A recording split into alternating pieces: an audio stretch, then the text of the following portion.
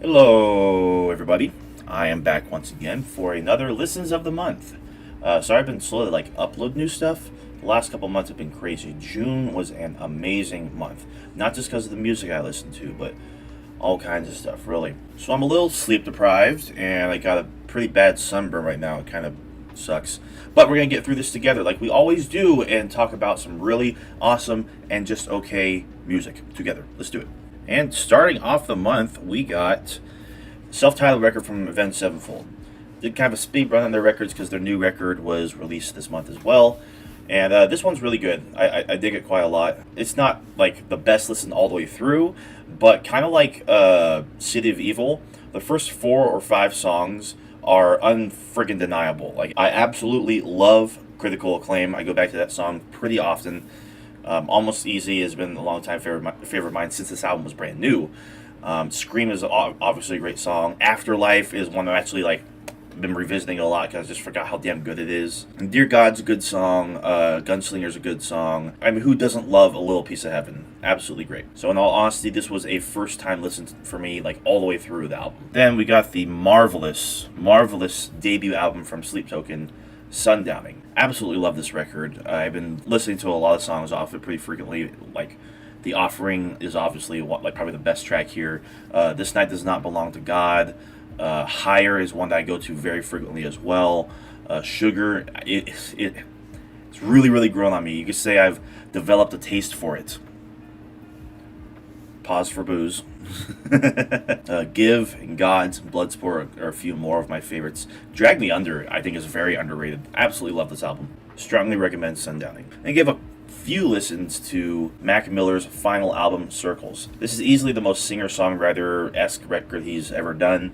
And, I mean, on its own, it's great. It's a fantastic record front to back. If you're not used to this style and sound, if you're more akin to his very hip-hop oriented stuff, adjusting to this one could be a little difficult at first, but it's still a great record. It has a couple of his best songs on it, in my opinion. The title track is just so minimal and just beautiful. Blue World is an absolute banger and a half, and Good News is wow, just heartbreaking. And I will say, it's because of this album and that song in particular that I got into Mac Miller, because if you guys watched The Needle Drop, aka Anthony Fantano, you probably saw his track review for Good News when it was brand new back in 2020. I think that single dropped, or at least late 2019, and he freaking cried about it, and I was like, wow, how emotionally moving really is it? What is it about this guy? And the fact that it's his only posthumous record too, it makes it significant as well. I also really like the song That's On Me. I think that it's got a really pretty progression. Hand Me Downs is another standout to me as well. Overall, I don't think it's one of his best records, but it's definitely better than most of the projects that he's ever done. Don't think we'll get any more. I mean, if anything, there's probably leftovers from earlier era, album cycles, but regardless, it's worth checking out. Then I re-listened to Cracker Island. Honestly, if it wasn't for the fall, I would say this is probably the weakest Gorillaz album. Not to say that there are a few songs on here that aren't excellent. The title track is easily one of their best songs. I think the same goes for New Gold for the most part. That Tame Impala hook is so infectious. I love it. Baby Queen's okay. Tormenta with Bad Bunny is pretty good. And Skinny Ape is probably one of the best songs on here too, and one of their best songs, period. Other than that, everything else is just so forgettable for the most part. Honestly, a little disappointing. Moving on from there, I listened to AUDIOSLAVE's Out of Exile, a really solid album front to back. I don't think it was as strong as the debut, because this is a first time listen for me, but it was nice to just revisit some of these songs, because back in high school I would listen to a lot of 90s-esque stuff, alt metal, alt rock, and discovering these guys and the fact that they were basically Rage Against the Machine with Chris Cornell and vocals, from Soundgarden, was very appealing to me, and so I got into their most popular songs and whatnot. So hearing Your Time Has Come and Be Yourself Again for the first time in a long time, as well as Doesn't Remind Me, fire track, was really nice. Really good album. Then gave a listen to Demonocracy from Job for a Cowboy.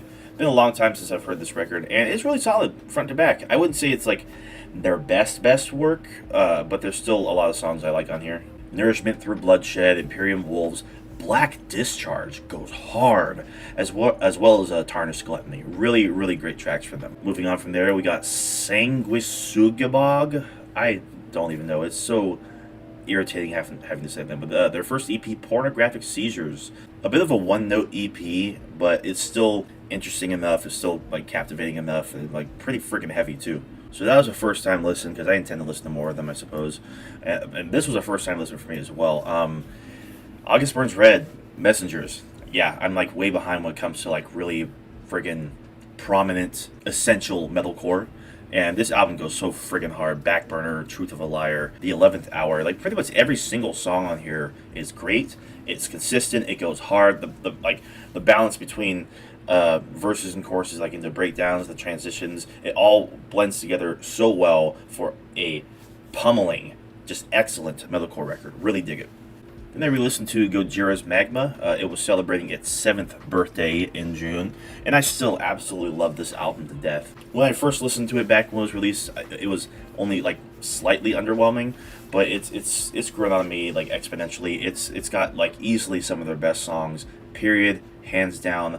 End of story. Silvera is probably the best track on here. Love the Cell. Like every time it's played live, it's just so effective. It's so relentless and pummeling and just energizing. My God, you could say the opposite about The Shooting Star, like when it comes to like the energy, but it's still such an amazing song. What a great opener! Like the emotion, like it was really something new for them.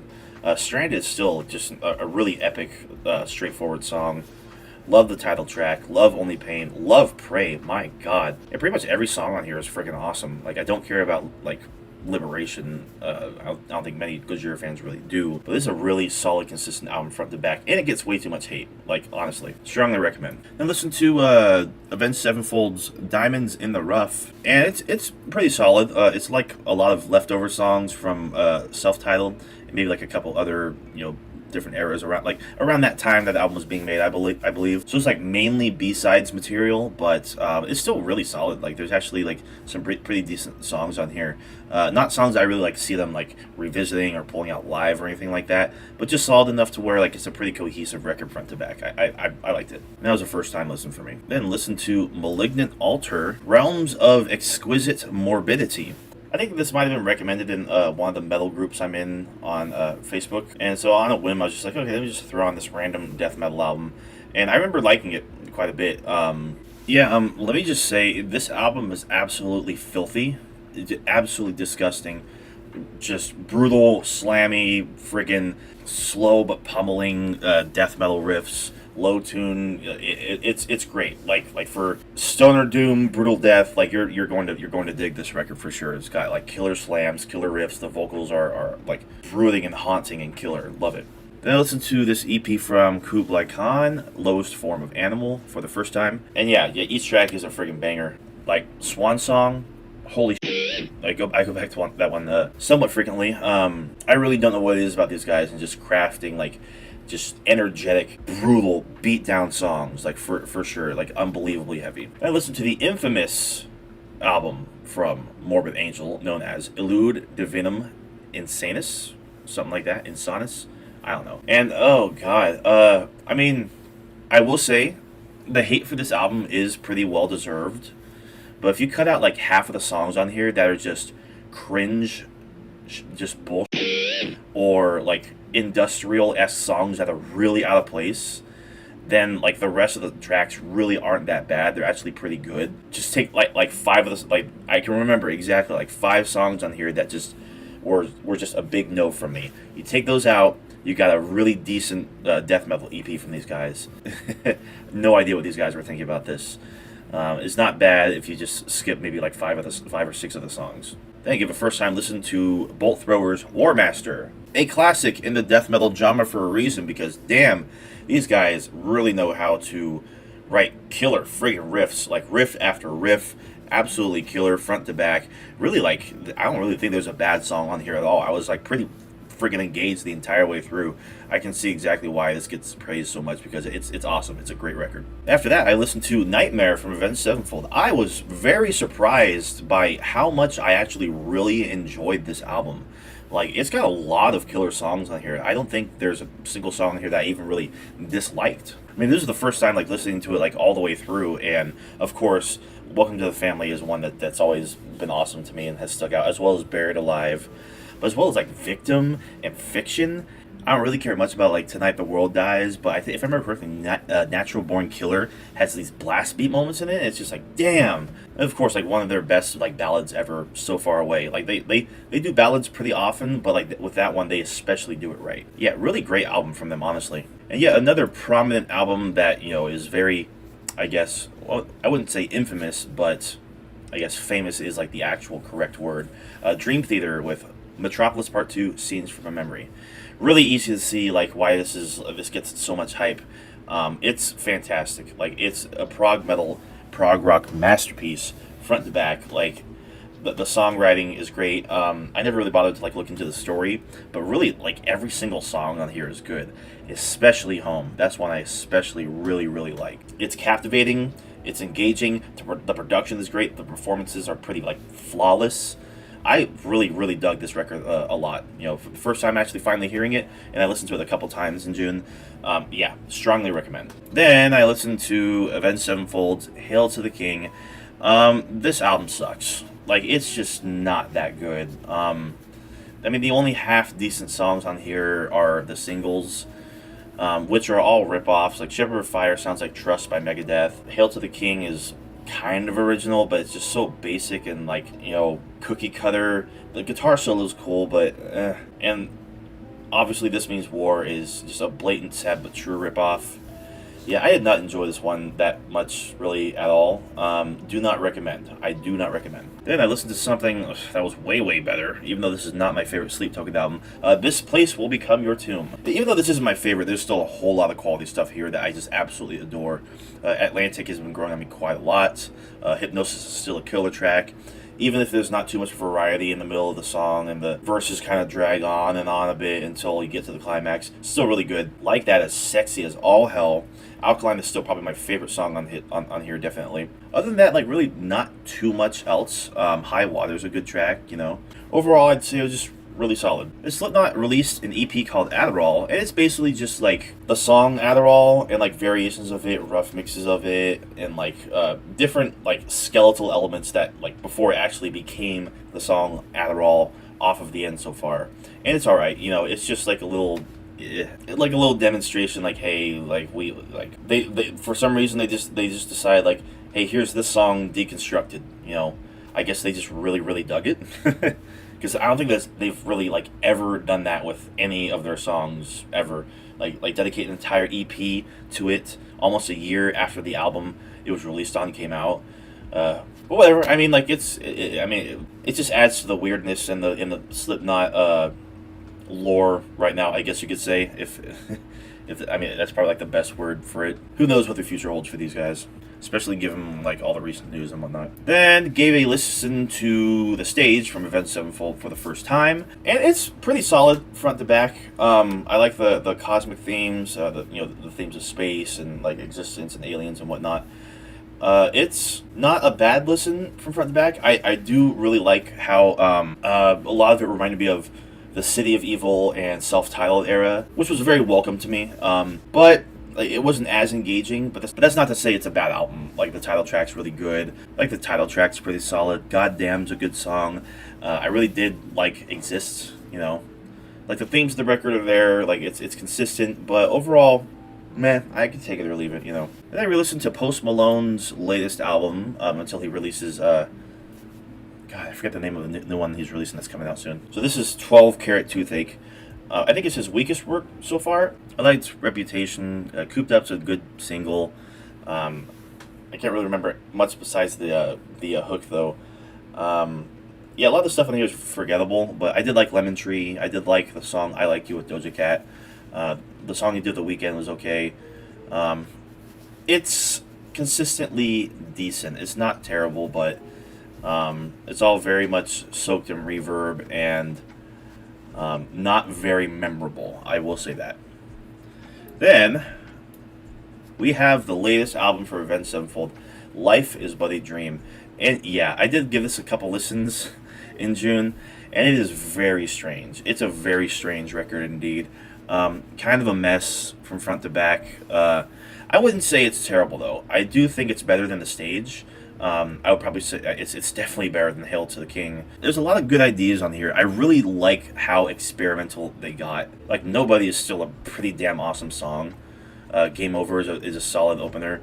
I don't really like how Beautiful Morning is just a rip-off of Them Bones. It's like, come on, guys, how often do you have to rip off other bands? And Ordinary is a friggin'... It's just a Daft Punk song. Like, hey, guys, let's write a Daft Punk song, you know? Yeah, so a little frustrating, but it's not a bad record. Like, Mattel's a pretty damn solid song. And Cosmic's really good, too. We Love You is pretty cool. Yeah, throughout the record, there's a lot of, like, really cool, well-thought-out songs, like, and moments. Like, especially, like, some sections are, like, really, like, oh, I want to go back and just listen to that. Like, but, like, overall, it's a complete package. Pretty hit and miss, but it's not as crazy and chaotic and ooh-woo random as people make it out to be, even though it kind of random. It's still a pretty interesting record, I will say. I give it first time listen to the first Seven Dust album. I actually dug this quite a lot. I really like the funky groove bits. You know, it's very nu metal esque, really riffy. You know, it's got like it's just a great amount of attitude to it. You know, I finally started to dive into these guys because I can only listen to the song Black so many times. And of course, Bitch is a solid track as well. Then I listened to Stray from the Path's album Anonymous. And I don't remember liking this as much as previous albums of theirs because I'm still making my way through their discography. But this was still a solid listen front to back. You know, it's still got their signature attitude, commanding presence, killer songs and breakdowns and all that. It's all still present here. Just not as memorable, I guess you could say, as previous albums of theirs. Then listen to one of my favorite albums, period, Knocked Loose with Laugh Tracks. Strongly recommend this one. This album goes harder than a bag of bricks. It's got a crushing weight and heaviness like very few hardcore albums do. I mean, not everyone writes like unbelievably, ridiculously heavy songs in drop G like these guys do. And of course, like the vocals from Brian are what really like set these guys apart. You know, not everybody's a big fan of them, but I think they're great. Like they fit really well because it just adds personality to the band. I still go back to Oblivion's Peak and let that breakdown kick my ass. And like the way it transitions into Dead Ringer never gets old. On the album, it goes from Blood Will Have Blood to Counting Worms instead of Billy No Mates into Counting Worms.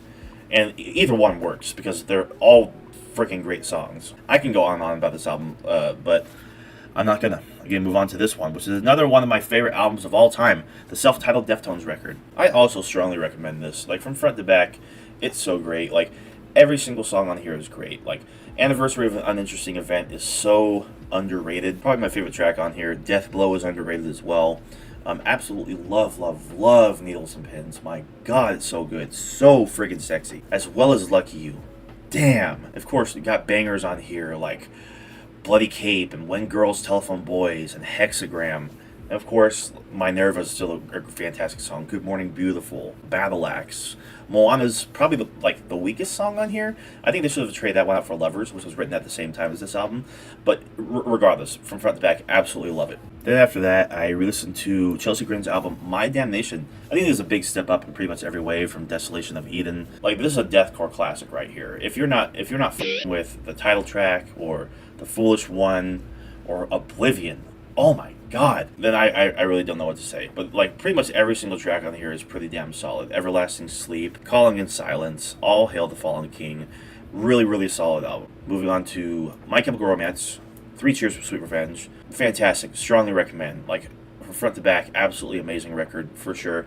I've been going back to The Ghost of You a lot for some ungodly reason. It's so damn good. What the hell? Of course, I'm Not Okay, I Promise. Like another just absolute banger and a half. Classic. Like, what the hell? and Helena. This jet set life is gonna kill you. I never told you what I did for a living. Every single song on here is good. What the hell? I don't get it. Yeah, moving on from there. The 2 new songs from Knocked Loose, the Upon Loss singles, Deep in the Will and Everything is Quiet Now. My God, did these guys just come out of nowhere and then just beat you half to death with just like the opening song alone, Deep in the Willow? What the hell? Damn it, just so friggin' heavy. Oh, I love him so much. Speaking of heavy, first time listen for CROWBAR's Sever the Wicked Hand. This one, my goodness gracious, the riffs on here are so focused for a CROWBAR record. Like, honestly, like, just the tone that was achieved on this record, there's so much heaviness, so many heavy moments on this. Like the title track, Isolation, Liquid Sky and Cold Black Earth, The Cemetery Angels, I Only Deal in Truth, or Echo and Eternity. That outro riff, my God. Yeah, absolutely killer, for sure. I re-listened to the Red album from Baroness. Listened to it a couple times in June. It's great. Like, honestly, it's a landmark album in sludge, like mid-2000s sludge especially. The thing about this album, like, as much as like it gets so much praise, you know, the first 3 tracks are pretty friggin' untouchable, like hands down. But the rest of the album is just good. Like, the rest of the album is just really good. Like it's all, you know, good songs, but none of them touch Raison Pinion, The Birthing, and Isaac. Because of that, there are definitely better Baroness albums, but this one's still very solid. Then gave Muse from Polyphia a first-time listen, and yeah, this one's really good. Like, I actually really enjoy this much more than their first EP, which was like, what the hell? Yeah, really solid front to back. I don't remember disliking it at all. Like the songs were uplifting and engaging and very technical. So many guitar solos that were just like, how the hell are they playing like that? Like, what the frick? I'm sure that's going to be the case, like, for each of their albums as I progress through all of them. Then I listened to Dream Theater's 6 Degrees of Inner Turbulence. I listened to it a couple times in June, and honestly, like, it's good. Like, honestly, there are some great songs on here. The Great Debate comes to mind. The Glass Prison, which I think is the opening track. Really good songs. I think the several-part title track on disc 2 is pretty solid. War Inside My Head in particular, The Test That Stumped Them All, and Solitary Shell. It's a solid album. It wasn't as captivating as other releases, but I can see why some people would enjoy it, like, much more than others. Then I listened to Sleep Tokens, Take Me Back to Eden, yet again, for good reason too. Strongly recommend. One of my favorite albums of all time at this point. If you haven't heard it yet, what are you doing? Every single song is good. The only songs I don't really go back to that often are Do You Wish That You Loved Me and Are You Really Okay? But damn it, every other song, God, I can't with these guys. The Summoning, Ascensionism, the title track, Aqua Regia, Granite. Okay, moving on. Bad Omens, self-titled, first time listen. Wow, really like this one. I can't wait to get a move on with these guys because I really dug these records. For a first record, it was very focused, it was very captivating, lots of great heavy moments and vocals, as well as lyrics. Pretty much each song here is good. I don't remember disliking this album very much at all. It was really good. I listened to Sepultura's Dante 11 XI, I believe, and it's very okay. Like, I mean, this is the 4th album they put out without Max, and it is relatively consistent and focused, but it's not very engaging. I didn't really get too much from it, but it is a slight step better than like everything else up until this point without Max. We'll see what else their catalog post Max does for me, but this one was meh. Then listen to the second album from Mudvayne, The End of All Things to Come. Not nearly as good as LD50, but still pretty solid. Still a lot of songs on here that I like quite a bit. Not Falling, of course. Silence is another one. The World's So Cold. Mercy Severity comes to mind as well. And Scrying's a really good track. Yeah, it's not a bad record at all. It's a decent follow-up to LD50, which is an amazing record, hands down. Then I gave a re-listen to one of my favorite albums of all time, As the Palaces Burn, from Lamb of God. Their sophomore effort under the moniker Lamb of God. And yeah, from front to back, absolute just banger after banger, killer riffs, amazing guitar tone, great songs, great vocals, great lyrics, great performances, great solos, and the guests that they bring on. I know on Purified they bring on Chris Poland, who worked on the first 2 Megadeth records on guitar. Yeah, I can listen to this album like all the time. This is why it's one of my favorite albums of all time. Like the title track, Ruin, 11th Hour, with that chaos panic riff breakdown, like with the I can't. Friggin' Blood Junkie, Vigil. endless great material. I listened to the original mix, not the remaster. I think the remaster obviously does a whole lot more justice, but there's just something so raw about that original Devin Townsend mix that is like, I don't know, so like appealing in a weird sort of way. Love this record, strongly recommend. Then I listened to Anthrax's Persistence of Time, just to get move on with their discography, and I don't know what it is about this one. It just really didn't do much for me at all. Got the Time is a great track, but other than that, like, the song time is decent, but a lot of the songs are just kind of boring, a little too long. It really didn't do too much for me at all, to be honest. So I do not recommend this one. Then I listened to a remaster. They're remasters of the first 3 Opeth albums. This is their 3rd one, My Arms, Your Hearse. If you don't already know that, like, what are you doing? You're sleeping on Opeth, for sure. Really good, solid album. Like, April Ethereal is still one of my favorites from them. When is another, like, damn. I really like Credence a whole lot. Like, admittedly, that's a great song. And Demon of the Fall is still, like, really good, but, like, in an album setting, like the way the album flows and goes from beginning to end, that's kind of where the album sort of drops off for me. Even though Credence is right after that, it's not as cohesive and coherent of an album as I wish it would be, even though it is conceptually consistent, like lyrical wise, because the lyrics for this album were actually written first. But the remaster makes all these songs, especially on the first 2 records, sound so much better. So much better, honestly. This is still easily one of the better Opeth albums, and I do not fault anyone for having this like in like top 5, maybe top 3. Favorite? No. But it's a big step up from the first 2 albums, in my opinion, and there are a lot of great songs on here. And the remaster sounds excellent. Then, moving along with the Dream Theater discography, listen to Train of Thought. Lots of heavy moments on this record for real. Like, honestly, I actually really dug this one kind of a lot. As I Am is obviously a great track from them. And the rest of the songs are pretty good. Not, like, great and amazing, but consistently good. Like, I actually enjoyed all of it, like, quite a bit. So far, it is one of the more, like, better Dream Theater records, especially in terms of heaviness, which I find, like, really appealing. Like, the fact that they brought a lot of edge to this album, I really did appreciate quite a lot. But yeah, I did like this one a bit more than 6 Degrees of Air Turbulence. So yeah, we'll see what the rest of the catalog does for me. After that, gave another listen to Sound Awake from Carnival. Strongly recommend this one. Dig it quite a lot. Not as much as their first album, but this one I can see easily why a lot of people say this is their favorite Carnival record. I do not fault you at all. It is excellent from front to back. I've talked about it extensively before. Goliath is great. The Call of the Lord is one of my favorites as well. The Medicine Wears Off is another one of mine. Umbra, New Day, obviously. I can go on and on about these guys, but yeah. Then I gave another listen to the latest offering from Suicide Silence, Remember, You Must Die. I kept on hesitating to go back to this one, like, because, like, I don't really like the mix. Like, there's very little bass underneath everything, like, supporting it. So it's kind of a raw mix, but this one's actually really good. I actually really dig this record quite a lot. There's a lot of really interesting ideas on here, lots of really great riffs. It is very chaotic and, like, just full bore, like, brutal, heavy, like, just thrashy, death metal brutality, just relentless. But they do keep it interesting. There's a lot of great songs on here. Dying Life, Altar of Self, The Third Death, For Life. It's probably their best effort with Eddie so far, I would say. Then gave these 2 EPs a listen because, of course, I did. The one EP from Sleep Token, excellent. All 3 songs are great. The most unique vocals from from Vessel, I would say. He doesn't have that weird enunciation thing that he does with all sorts of different words. It all sounds a whole lot more naturally spoken and sung and like pronounced. On here, like the lyrics that are sung, and just damn, like even this, like for their early effort is so great. Like When the Bow Breaks is just gorgeous, and it just evolves into this mammoth monster epic, just big. I can go on and on about these guys. Like it's bad.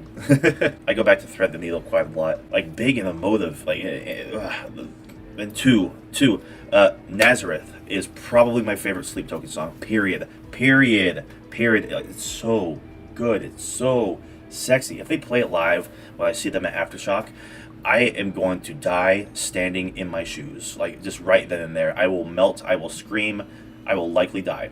Then after that, we got Hatebreed with The Rise of Brutality. And brutality indeed, like, goddamn. While there's a few tracks on the back end I'm not as into, like, the rest of this is just all straight killer. Like Doomsayer. Oh my god. Or, This Is Now, Straight to Your Face, Facing What Consumes You, Another Day, Another Vendetta, Live for This, Tear It Down, obviously, which I think is like basically outro from Perseverance turned into an actual song. Yeah, killer record. I listened to the Path EP from Wheel, and it's pretty solid, a little bit forgettable, you know.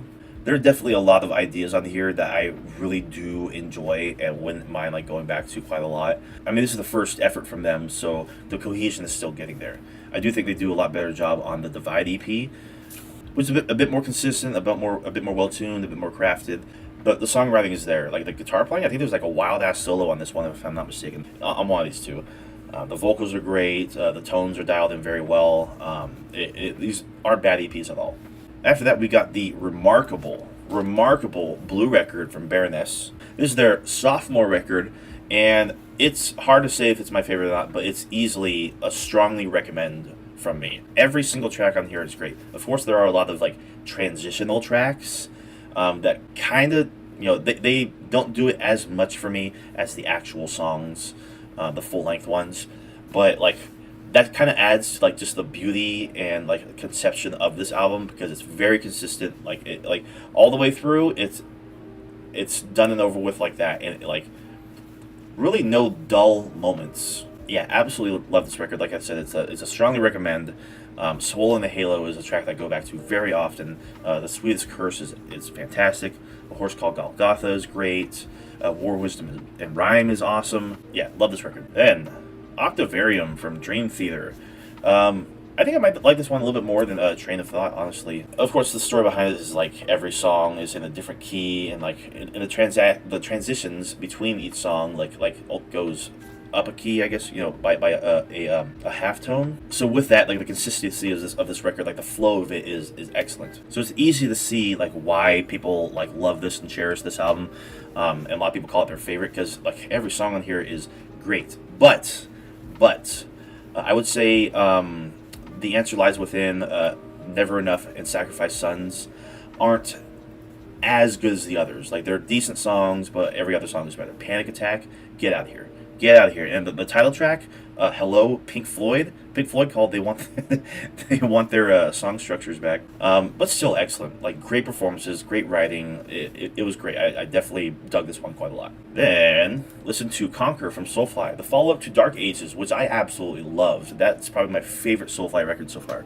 And this one does a great job too. Like it's heavy, it's consistent, but not nearly as I guess engaging as Dark Ages, but this is still one of the better ones so far, for sure. Lots of heavy friggin' moments, for sure. Very riff heavy, very punky, very straight in your face, like great grooves, great riffs. Don't really, you can see this is the album art for the special edition, so it had a couple extra songs, including a cover of The Beautiful People, which isn't very necessary. I mean, the original that from Marilyn Manson is a lot better.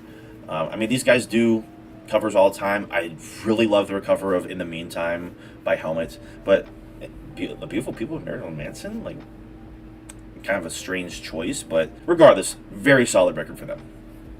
Then gave a listen to Sinner Get Ready from Lingua Ignota once again.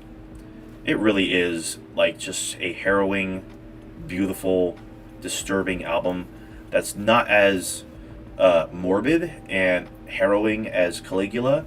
It's got a lot of very beautiful moments, but it's still very much topically heavy, very not for the faint of heart. The music here is still very, very creative. The vocal performances are second to none when it comes to like just this type of avant-garde music.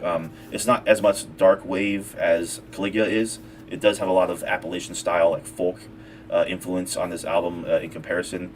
But there's still a lot of like intense moments throughout this album, and the writing and the production is absolutely outstanding. It's easy to see why Anthony Fantano gave this album a 10. Then I re-listened to the deluxe edition of Humans from Gorillaz, and you know, some people point to this album saying like, "Oh, this is such a great Gorillaz album," you know, and it's easy to see like nostalgia for it because it came out it's at like a perfect time, honestly. But the material on here isn't really as good as previous records and records to come, honestly. I will say Andromeda is absolutely awesome. Love going back to that track. Strobe Light's a really good track as well. Charger's so great, and I love the vibe of Busted in Blue. But like that's like the only song on here that's is very much 2D instead of like all these guests, because this record, as decent as it is very much not as much of a Gorillaz record as it is like Damon Albarn just bringing a whole bunch of people together and just making beats for them, and a lot of the time it just doesn't really work, or it just doesn't really fit. It doesn't really feel like a Gorillaz album at all. So there are a lot of hits and misses, more so misses on here for sure. After that, before I went and saw a Nirvana tribute band as well as a Tool tribute band that puts on amazing performance, honestly. I listened to Nirvana's In Utero album, and it really is a pretty fantastic listen front to back. I would strongly recommend this one. Lots of great songs in here. I don't really think there's a song on here that I dislike, other than, I guess, Radio-Friendly Unit Shifter, but seriously, like, lots of great material on here for sure. Francis Farmer will get revenge on Seattle. All Apologies, obviously. Scentless Apprentice, which goes hard as balls. Oh my god. As well as Dumb, and of course, Heart-Shaped Box. Really great, solid record for sure. Deserves all the praise it gets. Final listen of the month, Blonde Redhead, an expression of the inexpressible. Now, this is the wackiest album yet that I have heard from them. I think this is their 4th release, and it is just strange, but it's also very tantalizing and appealing and weirdly sexy in a way, and like just the soundscapes and the moods that they convey here is like, what the hell were they on when they were making this one? It's a very, very odd listen, especially the title track. Like, that comes to mind especially, but you just really can't help but just I kind of want to go back to it. It's just so weird. But yeah, that is everything. That is the month of June. Not as much as May, but I mean, I'd be killing myself if I listened to like as many records as I did that month. I mean, going through these and talking is hard enough. I'm losing my voice. Anyway, if you all enjoyed, please make sure to subscribe if you have not. Why are you not? What are you doing? What are you doing here? Leave a like and comment. Let me know if you've listened to any of these and what you think about them. Yeah, I will see you all in the next one. I will be putting out a Sleep Token video very soon, a video that's like just strictly about them. So keep an eye out for that, or don't. It just doesn't matter as long as you enjoy.